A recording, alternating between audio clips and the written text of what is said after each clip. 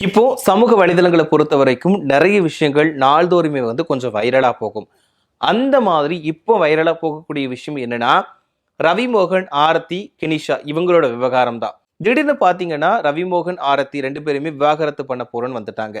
இதை யாருமே ஏத்துக்க முடியல. ஏன்னா ரவிமோகன் அவர்கள் நிறைய பேட்டிகள் கொடுக்கக்கூடிய இடத்துல தன்னோட மனைவி பத்தி ரொம்பவே நல்ல விதமா சொல்லியிருந்தாங்க. 2 பேருக்குமான புரிதலை பத்தி நிறையவே சொல்லியிருந்தாங்க. இதனால இவங்களோட விவாகரத்து வந்தப்போ யாருமே கொஞ்சம் கூட எதிர்பார்க்கல. நிறைய பேர் கேள்வி எழுப்புனாங்க. ஏன் இந்த திடீர் முடிவு அப்படின்னு கேள்வி எழுப்புனாங்க. அந்த நேரத்துல தான் கெனிஷா அவர்களோட பேர் ரொம்பவே அடிபட்டுச்சு. ஏன்னா இந்த விவாகரத்து வழக்கு வந்த டைம்ல கெனிஷா கூட நிறைய சுத்த ஆரம்பிச்சாரு ரவிமோகன். கோவிலுக்கு போனாலும் சரி, நிகழ்ச்சிக்கு போனாலும் சரி, ஏதாவது விழாக்களுக்கு போனாலும் சரி, 2 பேருமே சேர்ந்துதான் போனாங்க. ஸோ அந்த நேரத்துல நிறைய கோவில்களுக்கு 2 பேருமே சேர்ந்து போனாங்க. அது பெரிய அளவுல சர்ச்சையா வெடிச்சது. குறிப்பா எந்த ஒரு நிகழ்ச்சிக்கு போனாலுமே 2 பேரும் சேர்ந்து போறதா இருக்கட்டும், அவங்க நிகழ்ச்சிக்கு போறதுக்கு முன்னாடி ரவிமோகன் கிட்ட பேசிட்டு போறதா இருக்கட்டும், ரவிமோகன் கிட்ட பெர்மிஷன் வாங்குறதா இருக்கட்டும், இந்த மாதிரி விஷயங்களை பார்க்குறப்போ இவங்களோட விவாகரத்துக்கு கெனிஷா தான் காரணம் அப்படின்னு எல்லாருமே கொந்தளிச்சாங்க. தயவு செஞ்சு ரவிமோகன் கெனிஷாவை விட்டுட்டா நல்லா இருக்கும். ஆரத்தியை விட இவங்க என்ன விதத்துல பெருசா இருக்காங்க, ஆரத்தியை விட இவங்க என்ன அழகா இருக்காங்களா அப்படின்ற மாதிரி நிறைய கேள்விகளை எழுப்புனாங்க. அதே மாதிரிதான் நடந்துகிட்டும் இருந்துச்சு. சோ இந்த ஒரு நேரத்துல இன்னொரு விஷயம் பூதாகரமா வெடிச்சது. அது என்னன்னு பாத்தீங்க அப்படின்னா, ஒரு ரசிகர் ஒருத்தர் கெனிஷாவோட பதிவுக்கு ஒரு கேள்வி கேட்டிருக்காங்க. சோ அதுக்கு கெனிஷா ஆர்த்தியை பத்தி அவதூறு பரப்பக்கூடிய வகையில ஒரு கமெண்ட் போட்டதா தெரியுது. சோ இது தொடர்பா ஆர்த்தி என்ன பண்ணாங்கன்னா, நீதிமன்றத்தையுமே நாடிட்டாங்க. என்ன இவங்க அவதூறா பரப்புறாங்க அப்படின்னு அவங்க முறையீடு பண்ணாங்க. சோ இது தொடர்பா நீதிமன்றம் ஒரு முடிவை கொடுத்தாங்க. அது என்னன்னா, இதுக்கு மேல கெனிஷா எந்த விதமான கருத்துக்களையும், அதாவது ஆர்த்தியை பத்தின எந்த விதமான கருத்துக்களையும் பதிவிடக்கூடாது அப்படின்னு உத்தரவிட்டாங்க. அதே நேரத்துல அவதூறு கருத்துக்களை பரப்பிடக்கூடாது, இதுக்கு முன்னாடி போட்ட அந்த கருத்துக்களையுமே நீக்கணும் அப்படின்னு சொல்லிட்டாங்க. சோ இது ஒரு பெரிய பரபரப்பு மாறுச்சு. திடீர்னு எதுக்கு இந்த உத்தரவு அப்படின்லாம் கொஞ்சம் பரபரப்பா போச்சு. ஏன்னா கொஞ்சம் அடங்கியிருந்த ஒரு விஷயம் பெரிய அளவுல பூதாகரமா வெடிச்சுது. சோ இந்த நேரத்துல கெனிஷாவுக்கு நல்ல ஆப்பு வச்சாங்க, சரியான பதிலடி அப்படின்னு எல்லாருமே சந்தோஷப்பட்டுக்கிட்டாங்க. ஏன்னா கெனிஷாவை இந்த விஷயத்துல எல்லாருக்கும் பிடிக்காம போச்சு. ஏன்னா ஒரு விஷயம் பண்றதா இருக்கட்டும், ரவிமோகன் கூட வெளியே சுத்துறதா இருக்கட்டும், இதனால நிறைய பேர் காண்டானாங்க. முக்கியமான காரணம், ஒருத்தரோட லைஃப்ல போய் கெடுத்துட்டாங்க, அவங்களோட ஒரு கணவன் மனைவியை பிரிச்சுட்டாங்க அப்படின்னு நிறைய பேர் அவங்க மேல எதிரா ஒரு குற்றச்சாட்டை வச்சாங்க. சோ இந்த விவகாரம் இப்படி போய்கிட்டு இருக்கக்கூடிய நிலையில கெனிஷா திடீர்னு ஒரு வீடியோ போட்டாங்க. அது பாத்தீங்க அப்படின்னா இன்னும் வைரல் ஆச்சு. ஏன்னா இது வரைக்குமே கெனிஷா தன்னோட தரப்புல என்ன நியாயம் இருக்கு அப்படிங்கிறத வெளிப்படையா சொன்னதே கிடையாது. ஆனா இந்த முறை மட்டும்தான் கெனிஷா தான் பக்கத்துல என்ன நியாயம் இருக்கு அப்படிங்கிறத ஒரு வீடியோ மூலமா சொல்லியிருக்காங்க. இதுல ஒரு நிறைய கேள்விகளை கேட்டிருக்காங்க. நான் ரவிமோகன் குடும்பத்தை கெடுக்கிறேனா, உங்களுக்கு தெரியுமா, உங்களுக்குலாம் வேற வேலையே இல்லையா அப்படின்ற மாதிரிலாம் கேள்வி எழுப்பியிருக்காங்க. ஸோ அவங்க என்னென்ன கஷ்டப்பட்டிருக்கேன் அப்படிங்கிறதையுமே கண்ணீர் மல்க சொல்லியிருக்காங்க. என்னன்னா கெனிஷா பொறுத்த வரைக்கும் அவங்க ஒரு பாடகி, இது மட்டும் இல்லாம தெரபிஸ்டும் கூட. ஸோ இது மூலமா தான் எனக்கு ரவிமோகனுமே பழக்கமானாங்க, நண்பர் ஆனாங்க அப்படிங்கிறத ஏற்கனவே சொல்லியிருக்காங்க. ஏன்னா ரவிமோகன் ரொம்பவே மன உளைச்சல் இருந்தாரு, என்கிட்ட வந்தாரு, நான் ஒரு ட்ரீட்மெண்ட் கொடுத்தேன், அவ்வளவுதான். ஒரு டாக்டரா நான் ஒரு ட்ரீட்மெண்ட் கொடுத்தேன். ஸோ அது மூலமா தான் எங்களோட நட்புங்கிறது தொடங்கிச்சு, அதை தவிர்த்து வேற எதுவுமே இல்லை அப்படின்னு ஆரம்பத்தில் விளக்கம் கொடுத்திருந்தாங்க. சோ இந்த விவகாரம் ஆர்த்தியை பத்தி எதுவுமே பேசக்கூடாது, அவதூறுகளை பரப்பக்கூடாது அப்படின்னு நீதிமன்றம் உத்தரவிட்டதுக்கு அப்புறமா நிறைய பேர் கெனிஷாவை திட்டி தீத்தாங்க. உனக்கு சரியான பாடம் கிடைச்சிடுச்சு, இதுக்கப்புறமாவது ரவிமோகன் லைஃப் விட்டு போயிருங்க, தயவு செஞ்சு ஒரு கணவன் மனைவியை பிரிச்ச பாவத்தை நீங்க வாங்கிக்காதீங்க அப்படின்லாம் நிறைய பேர் நிறைய விதமான கருத்துக்களை தங்களோட ஆதங்கத்தை அப்படி வெளிப்படுத்தி இருந்தாங்க. ஸோ இது அவங்கள மனசளவுல பாதிச்சு அவங்க ஒரு வீடியோ வெளியிட்டாங்க. ஸோ அதுல என்ன சொல்லியிருந்தாங்கன்னா, எல்லாம் தெரிஞ்ச மாதிரி பேசாதீங்க, எனக்கு 2013 என்னோட அம்மா இறந்துட்டாங்க, 2017 என்னோட அப்பா இறந்துட்டாங்க, அதுக்கப்புறமா பாத்தீங்கன்னா எனக்கு யாருமே கிடையாது, எனக்கு 18, 19 வயசுலயே கல்யாணத்தை பண்ணி வச்சுட்டாங்க, என்னோட கணவர் என்னை டெய்லியுமே அடிப்பாரு, நான் 4 மாத கர்ப்பமா இருக்கும்போது என்னை அடிச்சதுனால அந்த குழந்தையே இல்லாம போயிடுச்சு, நிறைய பிளட் வந்துச்சு, என்னால அந்த வலியை தாங்கிக்கவே முடியல.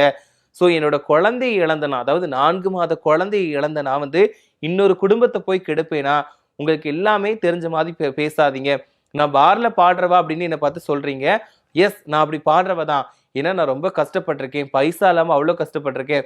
அப்படி பாடும்போது தான் எனக்கு 500 ரூபாய் தான் குடுப்பாங்க. அந்த 500 ரூபாய் வச்சு தான் என்னோட வாழ்க்கையை நான் நடத்தியிருக்கேன்.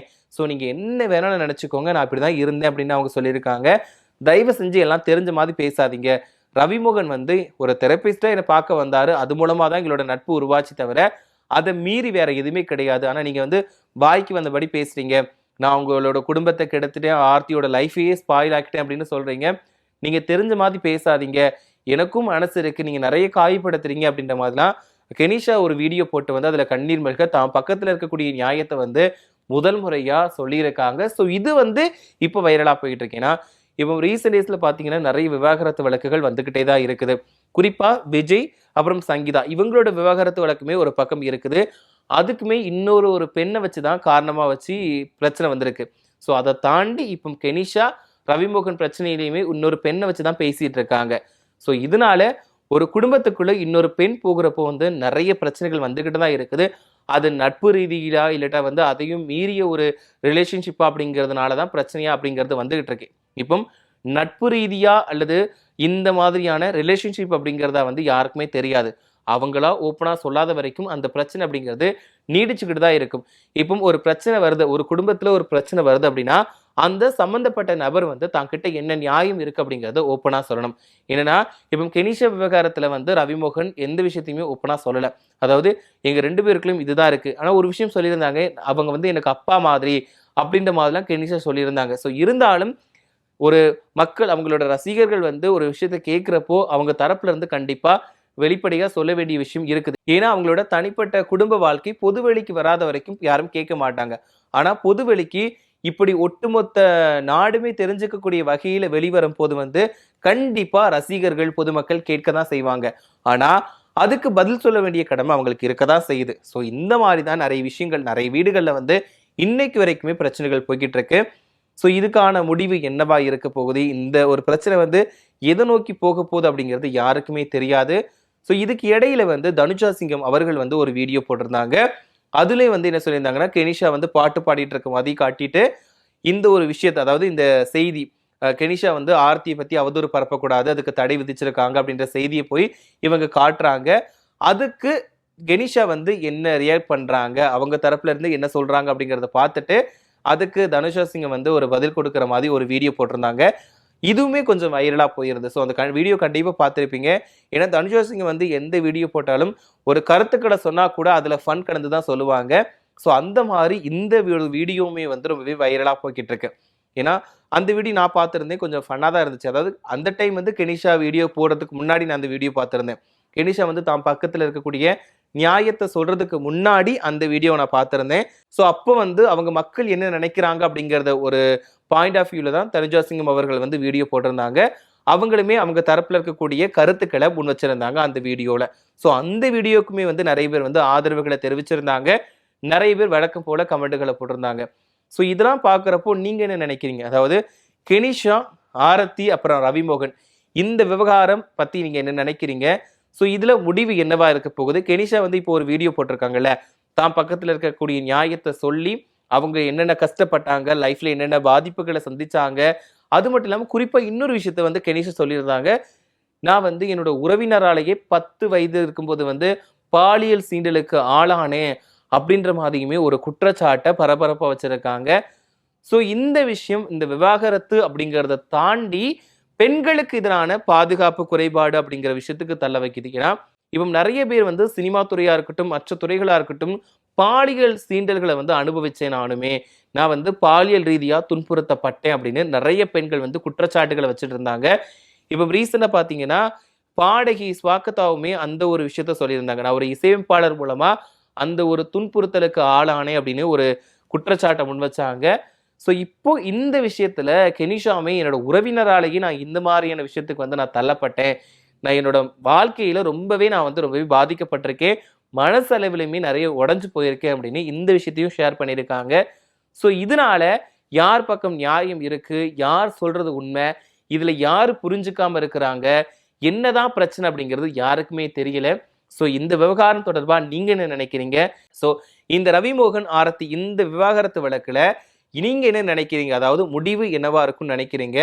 கெனிஷா இவங்களோட வாழ்க்கைக்கு வந்தது சரியா தவறா அப்படிங்கிற உங்களோட கருத்துக்களை மறக்காம கமெண்ட்ல சொல்லுங்க.